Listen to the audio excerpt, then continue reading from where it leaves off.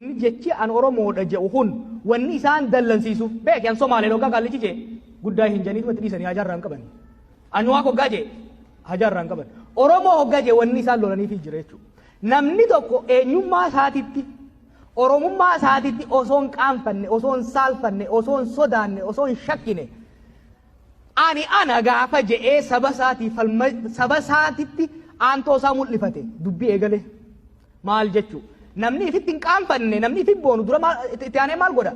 Saba boonu, saba guddaadha jaarutti tarkaanfata jechuudha. Firaa fi alagaadha addaan baafachuu eegala jechuudha. Tiyyaa fi tasaaniitii addaan baafachuu eegala jechuudha. Gaafas namni sun dammaquudha eegala jechuudha. Gaafa namni sun dammaqe haqa fi barbaaddate jechuudha.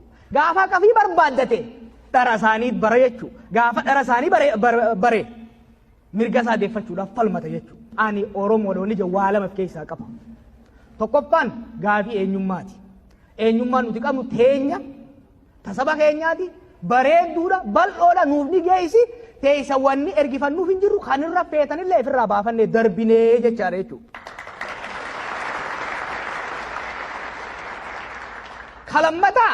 Kalammataa gaafii loyaalitiiti amanamummaati.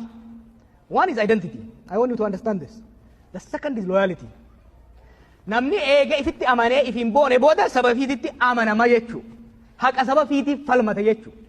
Itoophiyaa mata naahu dullatu mata qoqqoobineeti akka nuuf taatutti akka isinii taatutti tolchina jeetiin amata afur hailee fidaati as namni Oromoo hanga kiyya jara kana wajjin dalaga hin jiru. Hedduun leenjisees. Wanni itti wallolle isaan aboo Oromummaa kana ofirraa baasi. Taaddasaa Birruu faana jedhamu afaan sirraa mulqansan ifi gad deebisii jiran. Lakki hin jeen. Jarriin ofirraa mulqe an bilisummaan hin dhaladhe wanni gabrummaa deebi'uuf hin jiruudha wanni hodhanne san waa jechuudha. Raaga fakkaata. Ammatti olaantummaa ilmaan naftanyaadhaa gama miidiyaatiin asirratti uummate cabsuudhaaf halkan tokko rafnu jenne hin rafne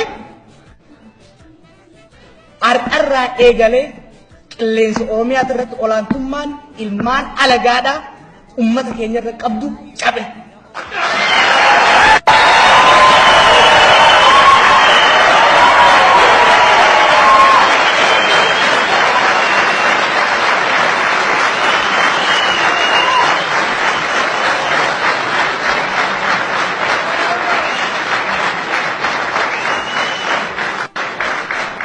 Qilleensa Oromiyaadhaa bilisoomsine. Qilleensa Oromiyaadhaa bilisoomsine.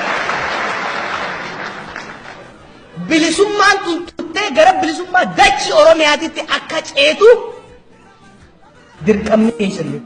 Namni kaayyoo waraanamee tomsaa bishaanillee humnaan dhagaa cabsaa.